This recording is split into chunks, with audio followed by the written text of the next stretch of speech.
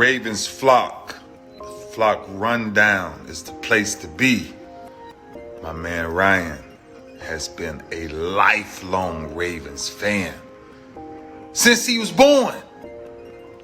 The flock rundown. Nothing gets better than waking up and wondering how high we can fly.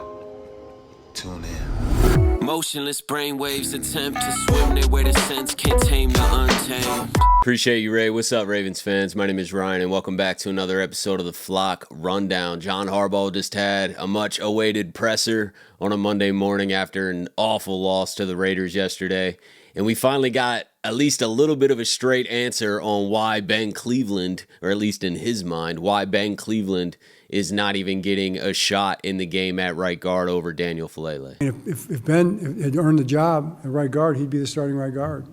So, I mean, you look at the tape, he didn't beat out Daniel or anybody.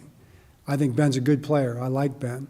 I want Ben to take the next step. He's in what year is he in, third year or fourth year? He's in his fourth year. Ben knows what he needs to do. If he wants playing time, he knows how he needs to play, and he knows how he needs to practice when he gets that chance. So our evaluation right now is that Daniel outplayed Ben. Just fact, straight up. Matter of fact. If we thought Ben had outplayed Daniel, he'd be the starting right guard. So if I see that Ben's playing better than Daniel, then Ben will be the starting right guard, and he practices every day. So it's like just to tell all the guys, show me. And that goes, we're talking about Ben because that's the question. I love Ben. And I think Ben can be a great player. I want to see it. Just like I want to see it with Daniel. Okay, I want to see it with all the players. So we'll keep fighting for that. And those guys will keep fighting for that. We coach our guys, and our guys compete, and we're going to continue to improve. Ben Cleveland's got to be the worst practice player of all time. I just can't see it any other way. Because if Faalele is that much better than Cleveland that he can't even get into a rotation or get a shot in the game, and that obviously goes back to the practice field based off Harbaugh's comments, Ben Cleveland's practicing terribly, and Faalele is the best option, I guess. So if they're not going to go with Ben Cleveland, which it definitely seems like they're not even giving him a shot. John Harbaugh said Ben Cleveland knows what he needs to do. He's in year 4. He's not showing it. He's not going to get his shot. Faalele, obviously, they think has a lot more upside. So at this point, then, it's on Eric DeCosta to go make a move. We got to bring in another right guard. I don't care what it takes. Go trade a pick. You're going to tank the season away with a bad offensive line. We don't really have time. We knew there were going to be growing pains with 3 new offensive linemen, but it can't be costing you week after week. It can't be costing you games that you should be winning.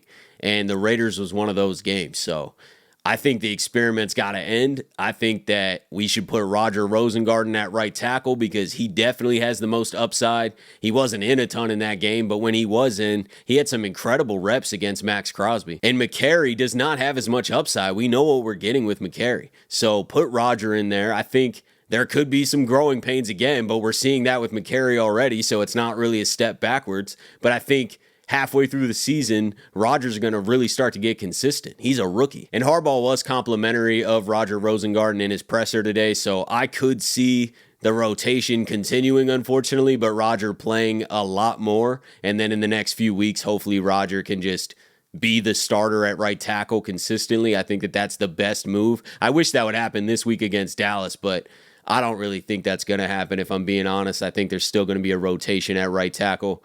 But the best move is to just plug Roger in there, let him go through a couple growing pains, and let him improve because I think he has the skills to be a solid right tackle or a tackle in general. And then being so young and so inexperienced, he's only going to get way better. So Roger is the right tackle. Faalele just cannot be the right guard.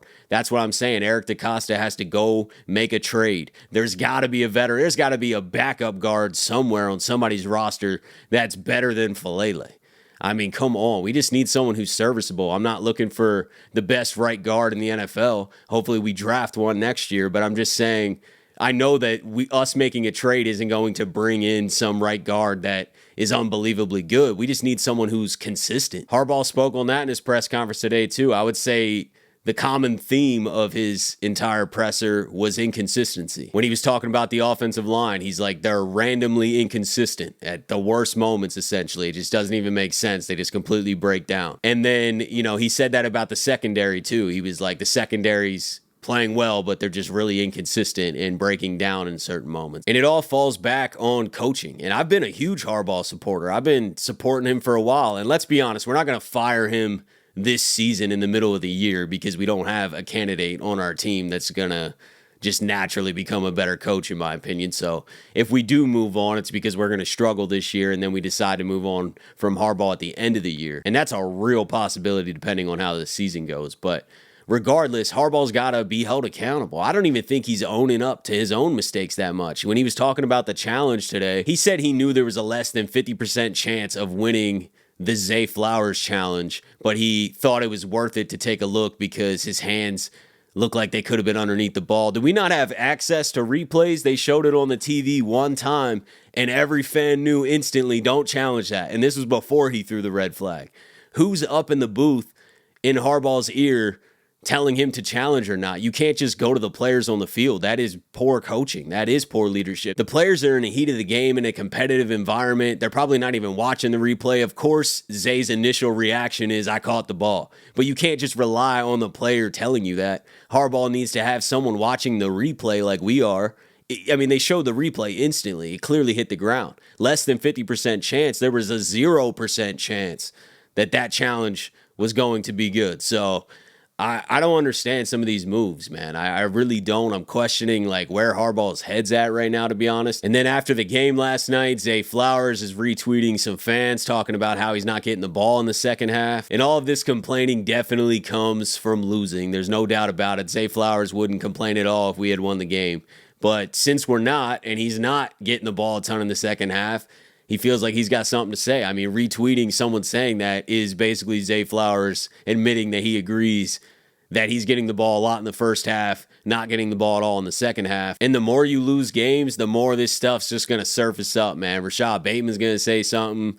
I mean, it's just going to continue. There's no doubt about it. We're already 2 games back in the AFC North. Now, I think it's going to be a muddy AFC North. There's no way the Steelers are about to have some insane record. They haven't played great teams, but they're definitely a competitive team. They're not going to be an easy out. I just think that this division is going to be messy. I think we're all going to beat each other up. I think there's going to be a lot of games dropped. Nobody in our division is going to have an insane record unless somebody just gets really hot.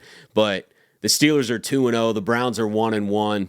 The Bengals are 0-2. The Ravens are 0-2. Every team has problems. The Ravens most likely are not about to have some dominant number 1 seed record again this year. We can pretty much say that after starting 0-2 unless we really change things quick.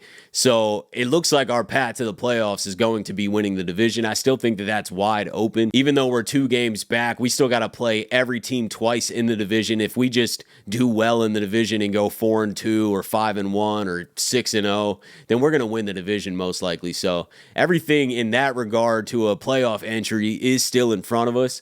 But man, this ain't Ravens football, man. This is not what it should look like. This team is way too talented. We got to blame coaching. We got to blame personnel on the O-line, which goes back to Eric DeCosta, in my opinion, making a lot of different line moves. You know, they talked about the offensive line rebuild, and all they did was just play a bunch of backups. We didn't bring in anyone. Roger Rosengarten, but he's not starting.